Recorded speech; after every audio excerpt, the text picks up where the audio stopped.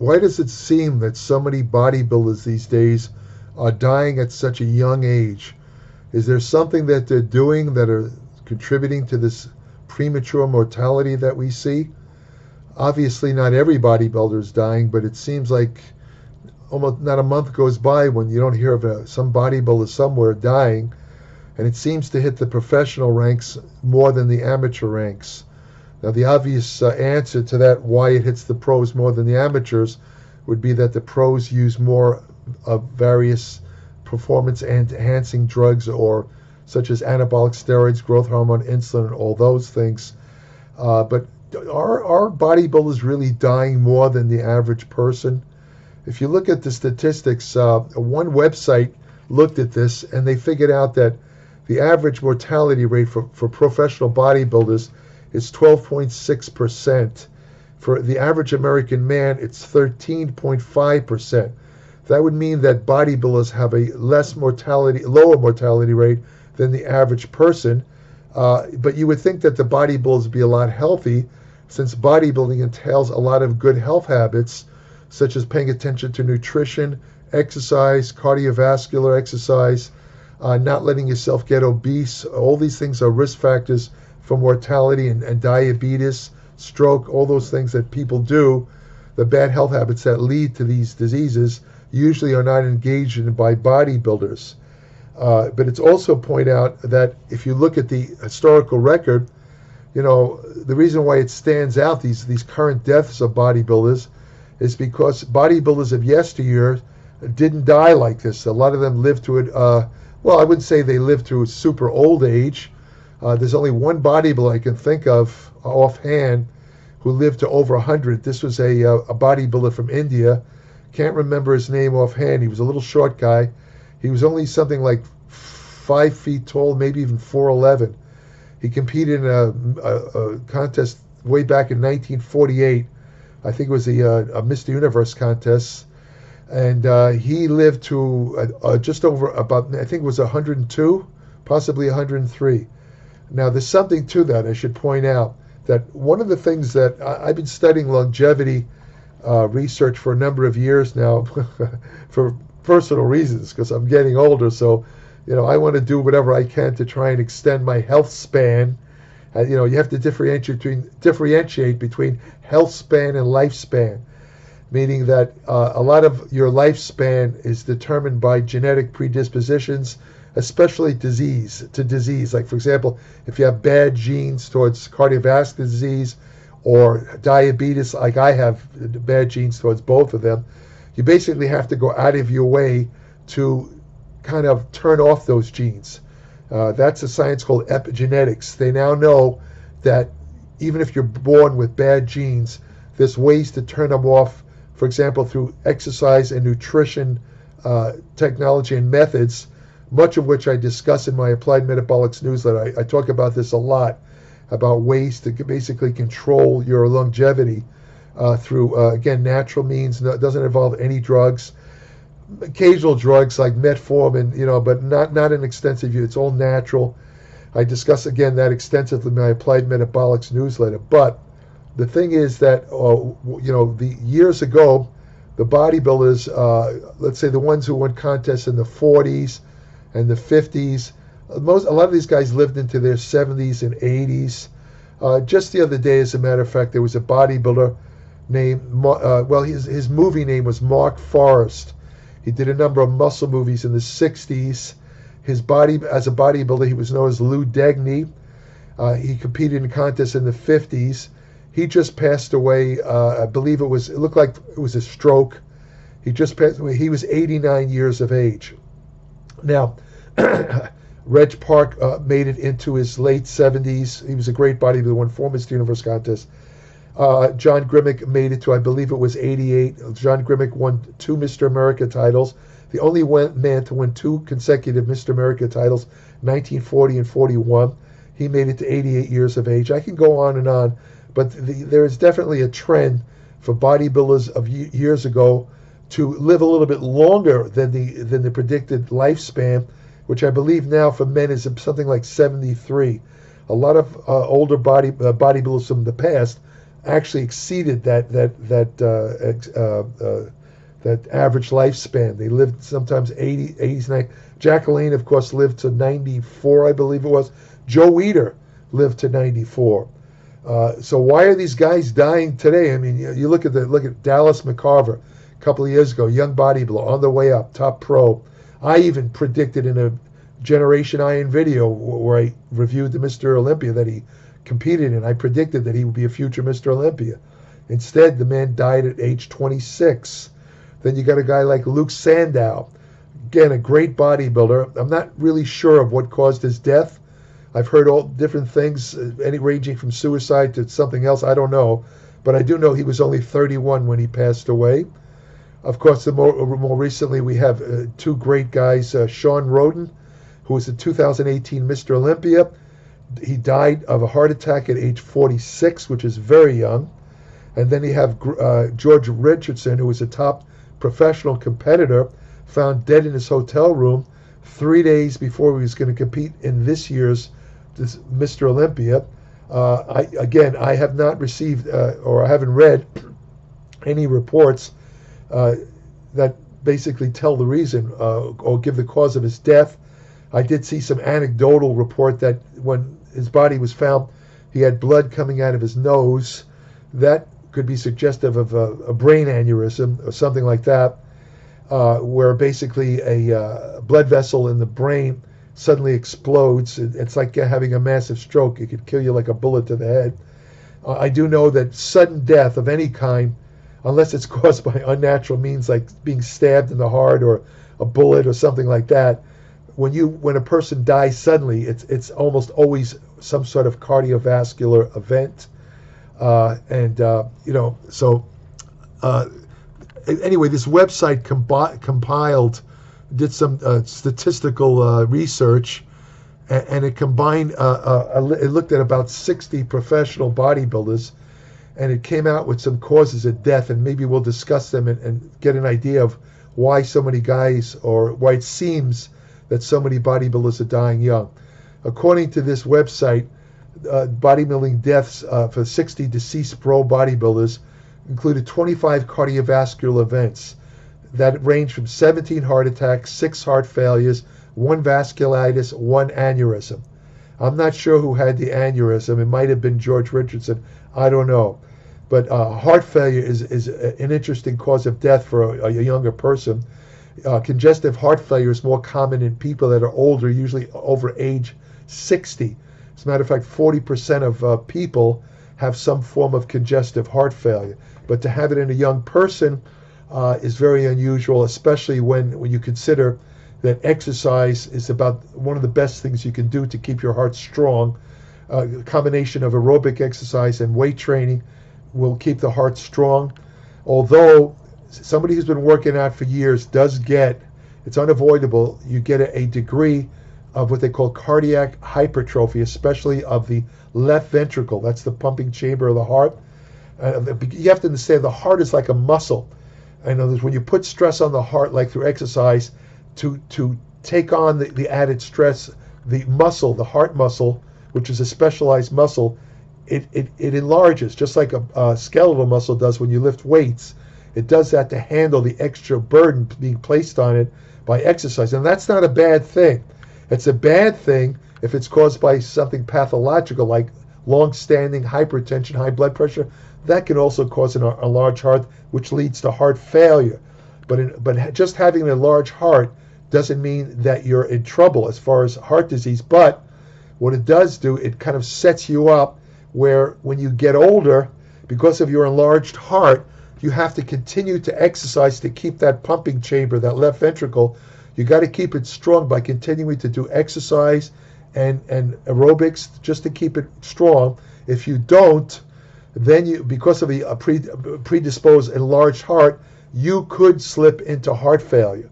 But that doesn't explain, I'm assuming that of these 60 dead bodybuilders, 6 of them died of heart failure.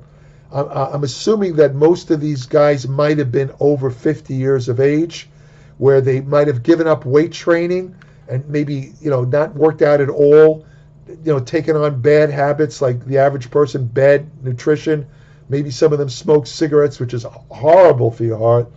Again, didn't get involved in any that might have explained their heart failure. As far as the 17 heart attacks, that could be related to, unfortunately, anabolic steroid use and the use of other drugs besides steroids. Taking large amounts of diuretics can deplete enough electrolytes or minerals to cause a heart attack. Your heart has to have certain minerals to function. This includes potassium, magnesium, calcium. If you take diuretics, it can deplete these electrolytes, as they're called, and your heart can go into a fatal rhythm disturbance that can precipitate a massive heart attack and kill you. That's diuretics. Now, steroids, as far as relation to heart disease, that would take a little bit longer. You're not going to have a sudden heart attack from using any kind of anabolic steroid, whether it's injectable or oral. But what you are doing is unfortunately, you're causing abnormal changes of what's called blood lipids, such as cholesterol. High density lipoprotein goes down. That's protective. LDL cholesterol, which when oxidized is considered risky for cardiovascular disease, that gets elevated when you take steroids, and this can stimulate what they call atherosclerosis, which is a buildup of plaque in the arteries, especially the coronary arteries, where it occludes the blood flow. Where if you throw off a piece of plaque, or you get a clot enlarged in the artery that serves that particular part of the heart, that portion of the heart served by that artery dies. It's called necrosis. Doesn't necessarily kill you, but it means that you've caused heart damage. So steroids could kill you they can also do something where if you take it for many, many years, it's been shown in medical studies that steroids can change the structure of the heart in such a way that it predisposes you to having heart attacks as you get older. I'm talking about, let's say, the kind of doses that pro bodybuilders take today. The massive doses, trenbolone, and all this kind of crap. This could change the structure of the heart, where you're not going to die right away, but you'll also, as you get older, maybe as early as 50, you can suddenly get a heart attack and drop dead. Also, I wrote about a study in my Applied Metabolics newsletter where they did a medical study of professional bodybuilders. I believe it's 14 of them, and they did did a calcium score. They checked the amount of calcium that was basically in their coronary arteries. In other words, the hardened arteries, how much calcium was in there. And that's considered a harbinger of future heart attacks and possibly strokes. And now you have to understand, these 14 pro bodybuilders, none of them were showing any symptoms. None of them had any heart problems that were apparent, nothing. But when they underwent the cardiac scoring system, 12 of them were found to have a excessive accumulation of calcium in their coronary arteries. What this means is, if they keep this up with the heavy drug use, they will probably have a premature heart attack right around the corner. Could be, again, it's not going to happen immediately. It could happen. It's hard to say. You can't predict. A year, 2 years, 5 years, 6 years. You don't know. But they're heading for a heart attack.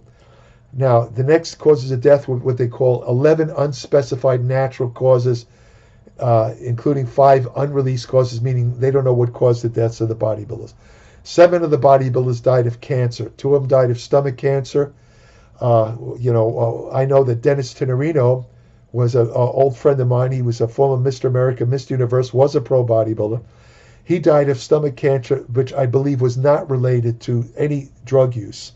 Dennis had started out with an intestinal tumor, which he successfully treated and survived. Unfortunately, cancer, any oncologist or cancer specialist will tell you one of the problems with cancer is that, let's say if they remove a tumor, sometimes little bits of tumor, they call them seeds, are left in the body. They could travel to other organs and become full-blown tumors and kill you. In Dennis's case, he might have cured, this is just speculation, by the way, he might have cured the intestinal tumor. He described it to me as big as a baseball when he told me about it. They removed that, but it might have left seeds that went, to his stomach. Unfortunately, gave him a fatal stomach cancer and killed him. Two other bodybuilders died of leukemia, which is a cancer of the blood. Again, that's not necessarily caused by steroids.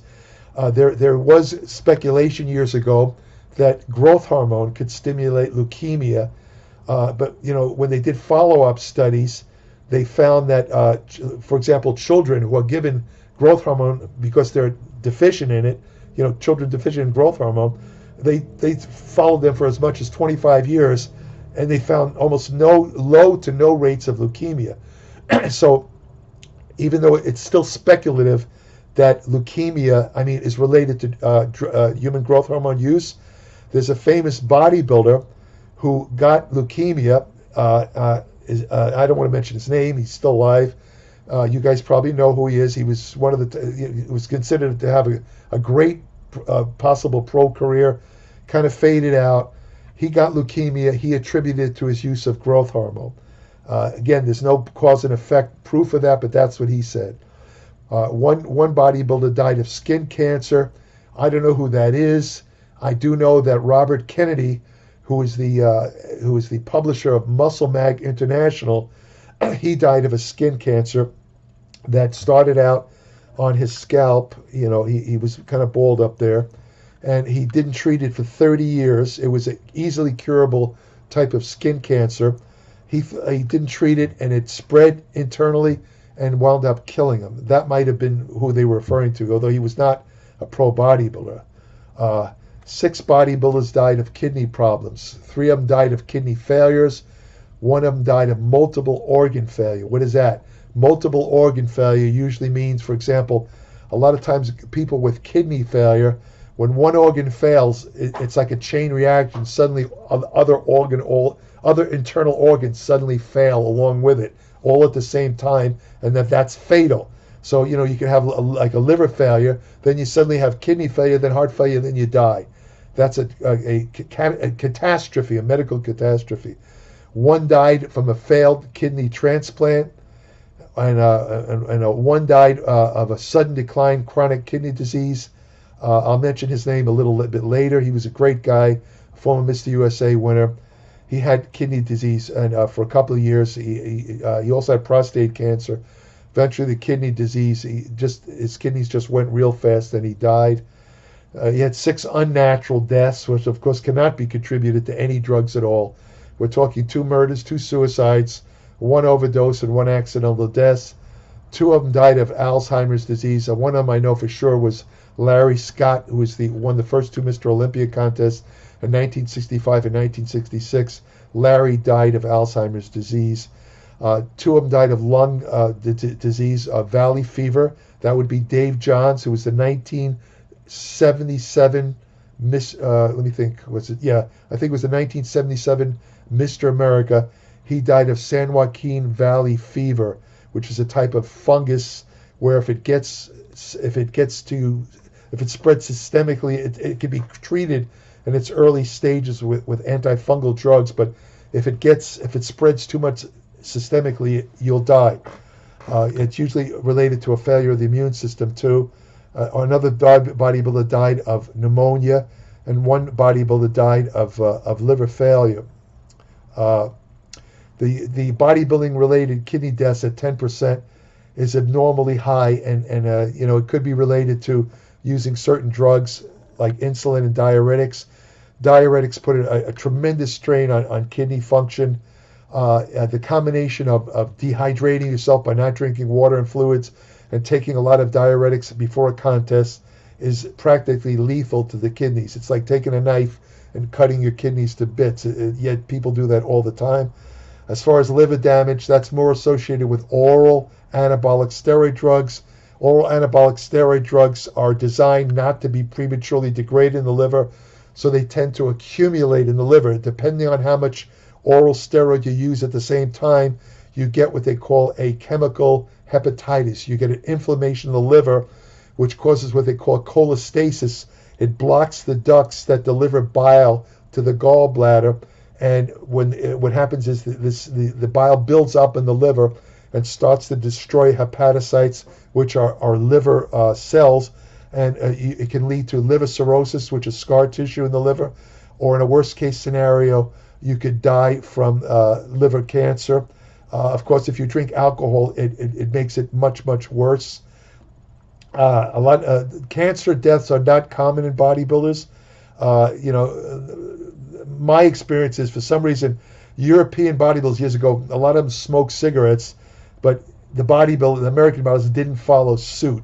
Of course, smoking cigarettes is a terrible risk factor for lung cancer and just about every other kind of cancer. To draw just a conclusion, bodybuilders are still living a little bit longer than the average per man because of their, well, this applies to women too, because they're generally, if you subtract the use of anabolic drugs like anabolic steroids and growth hormone and diuretics, and oh God, the worst drug of all is what is it called? I can't remember the name of it. The DNP, dinitrophenol, worst drug of all. That can kill you in seconds. I'm not going to talk about that here, but the point is that the general health habits of bodybuilders does tend to favor longevity, but I think it's cut short by drug use. Now you might say, what if the bodybuilders used heavy drug, let's say extensive drug use while they were competing, but when they retired they got off all drugs? Was that going to shorten their life? Hard to say. It all depends on how much damage the drugs did. And that I couldn't say. As I said, long-term heavy steroid use changes the structure of the heart, sets you up for heart disease. So even if you get off the drugs and you stop competing, you take no drugs, you might have already caused damage to internally that you don't know about that could catch up with you. But nobody's really looked at that from a scientific point of view, so I couldn't say. But I will say this, one, I think, main reason that to explain some of the current deaths among, let's say, the current bodybuilders, I think it's because of poor coaching. A lot of these men and women hire what they call contest prep coaches. I'm not going to say all of them are bad. Some of them are knowledgeable, but they all have one common denominator. None of them have any medical training at all. And they tell these guys not only how to eat, but they also advise in a lot of cases, from what I understand, they advise them on what drugs to use. And the truth of the matter is, and I've said this before in prior videos, there's no scientific basis for any particular drug regime.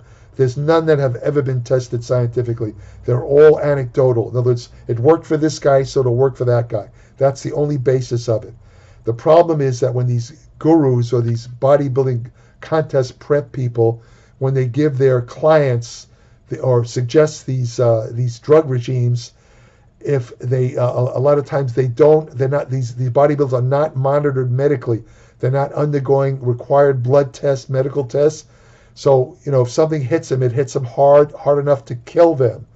So I think, what's the answer? I think the answer is, let's face it. I mean, you're not going to get rid of PEDs, drugs, steroids, diuretics. It's not going to end. I mean, they're not going to do drug testing. There's only one solution that I know of, and that's individual respect for yourself, let's say, where a bodybuilder who's on these regimes really has to get medically tested regularly. I'm talking, if you're on a heavy steroid regime, at least every 3 to 4 weeks. Have your blood tests done, lipid panels, liver tests done, undergo medical testing. Even if you feel good, do it. The medical testing could find things that could wind up killing you. It could save your life. If you just go blind and take all these drugs and do all these crazy things and overeat and are not medically monitored, you have only yourself to blame if you die. So that's all I can say, and that's about it for this video. Happy New Year to everybody. Happy to be here back at Generation Iron. So take care. Thank you for listening.